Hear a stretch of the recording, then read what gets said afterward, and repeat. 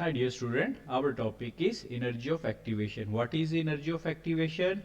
जैसा कि हम घर के अंदर आग जलाते हैं लकड़ियों से, तो लकड़ियों को आग जलाने के लिए हमें एक लाइटर या स्टिक की ज़रूरत होती है। वो स्टिक का फ्लेम या लाइटर का flame basically energy of activation है, जिससे लकड़ियाँ जलना शुरू हो जाती हैं। तो केमिकल रिएक्शन के अंदर एनर्जी ऑफ एक्टिवेशन क्या है वो हम अब डिस्कस करते हैं। Chemical reaction is the result of collision of ion और मॉलिक्यूल। के केमिकल रिएक्शन बेसिकली आयन और मॉलिक्यूल का आपस में टकराव है। कोलिजन का मतलब टकराव। अब थोड़ा सा मैं आयन के बारे में आपको रिपीट कराता जाता हूँ। आयन बेसिकली ऐसे एटम होते हैं जिन पे पॉजिटिव या नेगेटिव चार्ज होता है। Effectiveness of collision give rise to the product. कि एक तो आयन और मॉलिक्यूल का टकराना जो है ना केमिकल रिएक्शन कहलाता है, लेकिन उनका टकराने के लिए एक इफेक्टिवनेस का होना जरूरी है, तब एक नया प्रोडक्ट बनता है। लिहाजा अगर वो अपनी इफेक्टिवनेस से कम एनर्जी के साथ टकराएंगे तो नया प्रोडक्ट नहीं बनने वाला।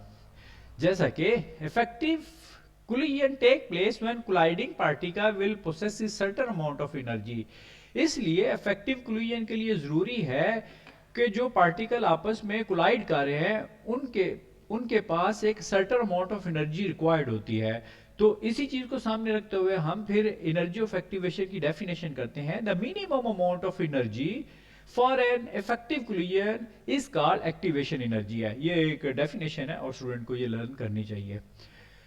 If collision at a given temperature are effective, then reaction is completed in a short time है। अब दूसरा एक और पॉइंट कि हमने ये पहले पढ़ा है कि जो कोलाइडिंग पार्टिकल है उनके पास एक स्पेसिफिक या सर्टेन अमाउंट ऑफ एनर्जी जरूरी होती है, लेकिन इसके साथ साथ जो सराउंडिंग टेम्परेचर है वो भी जो उनकी कोलिजन है और कोलिजन के रिजल्ट पे असरअंदाज होता है। लिहाजा जो क्लाइडिंग पार्टिकल है उनके पास भी एक सर्टेन अमाउंट ऑफ एनर्जी हो, इसके साथ साथ जो सराउंडिंग टेम्परेचर है वो भी वो उस लेवल का हो जिस लेवल पे वो पार्टिकल आपस में कोलाइड होकर नया प्रोडक्ट बनाते हैं। इफ एनर्जी इज इक्वल और मोर देन एक्टिवेशन एनर्जी, अब यहां पे पॉइंट वो क्लियर कर दिया कि वो जो एनर्जी है या तो वो एक्टिवेशन एनर्जी के बराबर है या मोर देन है, देन बॉन्ड विल ब्रेक। तो फिर बॉन्ड ब्रेक होंगे, न्यू बॉन्ड विल फॉर्म। अब इस चीज को मैं इधर से जाहिर करता हूं। जैसे ये रेक्टेंट है, रेक्टेंट में दो हमने कंपाउंड शो किया है, ए इनके दरमियान बॉन्ड है, बी के दरमियान बॉन्ड है। अगर इनके दरमियान जो एक्टिवेशन एनर्जी है हम इसको क्या कहते हैं, एक्टिवेशन एनर्जी जो है ना वो रिक्वायर्ड लेवल की है, तो एक नई स्टेज आती है, इसको इंटरमीडिएट स्टेज कहते हैं, इसको कहते हैं एक्टिवेटेड कम्प्लेक्स कहते हैं। इसमें देखें ये बॉन्ड बने हुए और यहाँ पे बॉन्ड होके एक इंटरमॉलिक्यूलर फोर्सेस है उनके दरमियान वो क्रिएट हो गया और उसके बाद नया प्रोडक्ट बना है, प्रोडक्ट बना। अब ए बी के साथ एक कंपाउंड बना लेता है और दूसरा ए बी दूसरा एक कंपाउंड बना लेता है। तो बेसिकली ये जो स्टेज, ये तो रिएक्टेंट हो गए दो, ये रिएक्टेंट और ये प्रोडक्ट बन गया और ये इंटरमीडिएट स्टेज है, इसको क्या कहते हैं, एक्टिवेटेड कम्प्लेक्स है। आगे इसको हम डिस्कस करते हैं कि व्हाट इज एक्टिवेटेड कम्प्लेक्स है। Activated complex is an unstable combination है कि ये स्टेबल नहीं है। स्टेबल तो ये प्रोडक्ट होता है जो चीज बन गई, लेकिन रिएक्टेंट और प्रोडक्ट के दरमियान भी एक स्टेज आती है जिसको एक्टिवेटेड कम्प्लेक्स कहते हैं और ये अनस्टेबल कॉम्बिनेशन है। ये कंबाइंड हुए आपस में सारे, लेकिन ये स्टेबल नहीं हो सकते, इन्होंने अपनी फाइनल पोजीशन की तरफ या फाइनल शेप में जाना है। इट इज शॉर्ट लिव, और ये जो एक्टिवेटेड कम्प्लेक्स है ये शॉर्ट टाइम के लिए होता है। डिकम्पोज इनटू द प्रोडक्ट, और फिर किस में कन्वर्ट हो जाता है, प्रोडक्ट बना लेता है। डिकम्पोज होके ये आपस में टूट फूट के नया प्रोडक्ट बना लेता है। इट इज ट्रांजिशन स्टेट है और इसको हम कह सकते हैं short live state, transition state या एक्टिवेटेड कम्प्लेक्स है। ये तीन नाम चार नाम एक स्टेज के बन जाते हैं। When molecule come close, they slow down and collide and then fly apart है। अब यहाँ पे देखिए केमिकल रिएक्शन का होता है जब, तो उसमें क्या होता है कि मॉलिक्यूल क्लोज होते हैं एक दूसरे के, स्लो डाउन हो जाते हैं, फिर जो है ना कोलाइड करते हैं। मैं दोबारा रिपीट करता हूँ। नंबर वन, वो क्लोज हुए, फिर क्या हुए, स्लो डाउन हुए, फिर क्या हुए, कोलाइड हुए, फिर फ्लाई अपार्ट हो गए, फिर वो अलग अलग हो गए। अब वो चेंज हुए नहीं हुए वो आगे हम डिस्कस करते हैं। On effective collision fly flying apart are chemical different. अब क्लियर हो गया कि वो फ्लाई अपार्ट होते हैं अगर उनकी कोलिजन इफेक्टिव है।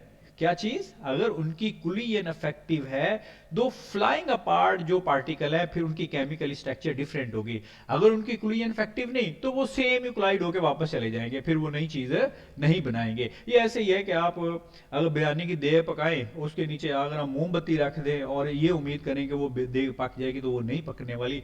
वजह क्या है कि उसको वो रिक्वायर्ड एनर्जी चाहिए कि वो नई शेप में जो है ना वो चावल और जो भी आपने मसाला जा डाले हैं वो अडॉप्ट कर लें। अदरवाइज वो हर चीज अपनी शेप में रह जाएगी, वो दूसरे के साथ नया कम्बिनेशन बनाने वाली नहीं है। अब शायद आपको ज्यादा अच्छे तरीके से क्लियर हो गया। और slow down decrease the kinetic energy. और जैसे ही ये क्लोज होते हैं, स्लो डाउन होते हैं, तो स्लो डाउन होने का मतलब क्या है कि उनकी काइनेटिक एनर्जी भी स्लो डाउन हो जाती है। लेकिन क्या चीज इंक्रीज हो जाती है? उनकी पोटेंशियल एनर्जी। अब यहाँ पे देखे, ये काइनेटिक एनर्जी है, ये क्या हुई जब स्लो डाउन हुए तो काइनेटिक एनर्जी तो होगी कम, लेकिन जो पोटेंशियल एनर्जी है, जो आपको पता है कि वो पोसेसिव एनर्जी होती है, इंटरनली पोसेसिव एनर्जी, वो बढ़ जाती है। 2 पॉइंट अब ध्यान में रखना। इसके बाद अब यहां पे देखें कि रिएक्शन दो तरह के हैं, एंडोथर्मिक और एक्सोथर्मिक है। ये है पहला रिएक्शन क्या है? एक्सोथर्मिक, जिसमें हीट इवॉल्व होती है, हीट खारिज होती है। यहां पे देखें कि जो जो जो रिएक्शन की स्टेज है, रिएक्टेंट है, यानी यहां पे हमने देखा ये रिएक्टेंट है, तो रिएक्टेंट यहां से शुरू हो रहे हैं, उनकी पोटेंशियल एनर्जी का लेवल यहां से शुरू हो रहा है, जो एक सर्टन आपको समझाने के लिए। तो चलते जब ये आपस में कोलाइड हुए और वो इंटरमीडिएट स्टेज, जिसको हम क्या कहते हैं, एक्टिवेटेड कम्प्लेक्स है, वो हमने इंटरमीडिएट स्टेज पढ़ा जो अनस्टेबल थी, और जो ट्रांजिशन स्टेट है ये ए इफेक्टिवनेस है। जब आपस में वो टकराए तो फिर मॉलिक्यूल अपार्ट हुए और वो केमिकली डिफरेंट हुए, और जब वो अपार्ट हुए तो फिर फाइनल प्रोडक्ट नीचे जाके उसने जाके बनाई, इस लेवल पे आ गए। इसका मतलब रिएक्टेंट की पोटेंशियल एनर्जी ज्यादा थी और जो प्रोडक्ट है उनकी पोटेंशियल एनर्जी कम है। तो इसका मतलब ये जो डिफरेंस ऑफ एनर्जी है रिएक्टेंट के बाद प्रोडक्ट है, कि रिएक्टेंट की जो पोटेंशियल एनर्जी थी वो ज्यादा थी, तो जाहिर है जब प्रोडक्ट में बनेगा तो अब जो एक्स्ट्रा एनर्जी थी उसने छोड़नी है। तो ये जो डिफरेंस है एनर्जी का रिएक्टेंट और प्रोडक्ट के दरमियान, उसको हम क्या कहते हैं? वो एनर्जी खारिज होगी, और खारिज होने वाली एनर्जी को हम क्या कहते हैं? Exothermic energy. In the same condition अगर इसी ग्राफ को आप देखें, इस स्टेज पे आके ये एंडोथर्मिक है, यहां पे हमें हीट प्रोवाइड करनी पड़ती है। अब यहां पे देखें, ये है रिएक्टेंट, ये स्टेज क्या है? रिएक्टेंट ऊपर, और इसको देख लेना एनर्जी, ये पोटेंशियल एनर्जी का लेवल देखें। जब ये रिएक्टेंट है तो जैसे अब ये देखें, ये जब मिलना शुरू हुए, इनकी एनर्जी ऑफ जो कोलिजन है वो बढ़ते बढ़ते एक्टिवेटेड कम्प्लेक्स तक, ये देखो ये एक्टिवेटेड कम्प्लेक्स है, जब ये यहां तक पहुंची, और उसके बाद जब फ्लाई अपार्ट हुए, जब वो फ्लाई अपार्ट हुए तो यहां आके क्या बन गया? नया प्रोडक्ट बन गया। अब यहां पे देखें कि जो प्रोडक्ट का एनर्जी लेवल है वो तो बहुत ऊंचा है, यानी ये ज्यादा एनर्जी यहाँ पे है, और जब रिएक्टेंट थे उनकी एनर्जी कम है। तो ये जो डिफरेंस होता है, इसका मतलब यहाँ पे उनको एनर्जी चाहिए, प्रोडक्ट को और एनर्जी, रिएक्टेंट की एनर्जी कम है, प्रोडक्ट की एनर्जी ज्यादा है, तो प्रोडक्ट बनने के लिए जो एनर्जी रिक्वायर्ड होती है वो हम उसको देंगे तो वो रिएक्टेंट मतलब प्रोडक्ट बनेगा, अदरवाइज वो प्रोडक्ट नहीं बनने वाला। तो लिहाजा ये जो डिफरेंस बिटवीन रिएक्टेंट और प्रोडक्ट के दरमियान जो एनर्जी है अपवर्ड, ऊपर ऊपर की जाने में राइज अप है, उसको हम क्या कहते हैं? ये एंडोथर्मिक जो है ना रिएक्शन है, और ये इतनी एनर्जी वो लेगा। ये एक ग्राफ है, और उसको आप थोड़ा सा ज्यादा डीपली अंडरस्टैंड करें तो आपका जो कॉन्सेप्ट है वो क्लियर हो जाएगा। Reactant reach the peak of the curve to form activated complex. हम दोनों में देखा कि जैसे ये ग्राफ है तो उसके रिएक्टेंट क्या होता है? पहले वो पीक तक जाते हैं, फिर वो नीचे आते हैं, फ्लाई अपार्ट होते हैं।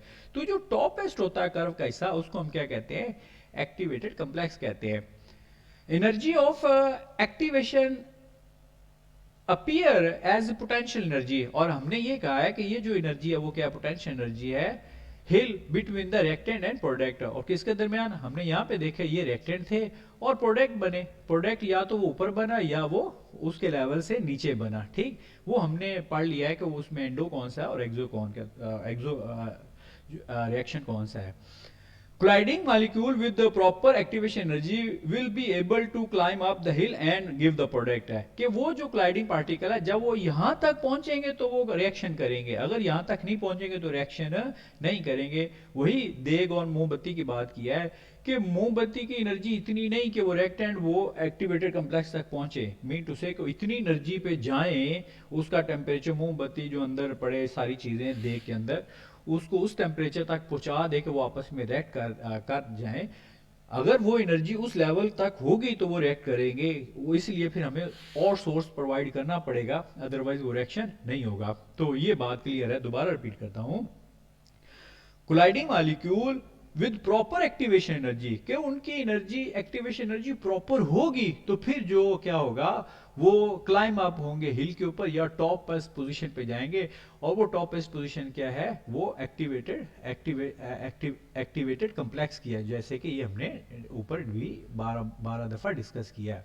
टू गिव द प्रोडक्ट है, if reactant have energy less than activation energy, अगर उनकी एनर्जी एक्टिवेशन एनर्जी से लेस देन है तो फिर रिएक्शन नहीं होने वाला। तो वो आगे कहता है they will not reach the top of hill, तो फिर वो यहां तक नहीं पहुंचेंगे, टॉप ऑफ हिल तक नहीं पहुंचेंगे। And fall back chemically unchange, और वो केमिकली क्या होंगे, अनचेंज होंगे, फिर केमिकल रिएक्शन नहीं होगा।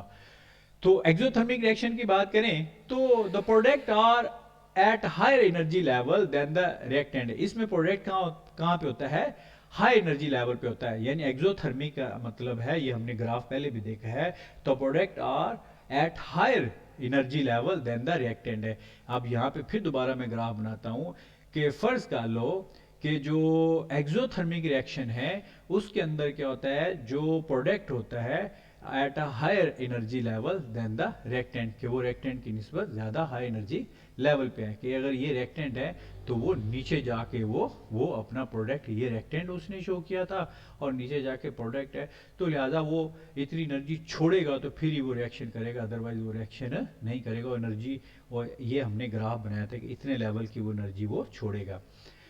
सो energy is needed to complete the reaction, लिहाजा एनर्जी क्या होती है उसके लिए रिक्वायर्ड होती है। While reverse is true for the endothermic reaction है कि ये तो एनर्जी छोड़ने वाला और एंडोथर्मिक उसके रिवर्स करता है, रिवर्स रिएक्शन करेगा। Thanks for watching and subscribe the channel, thank you.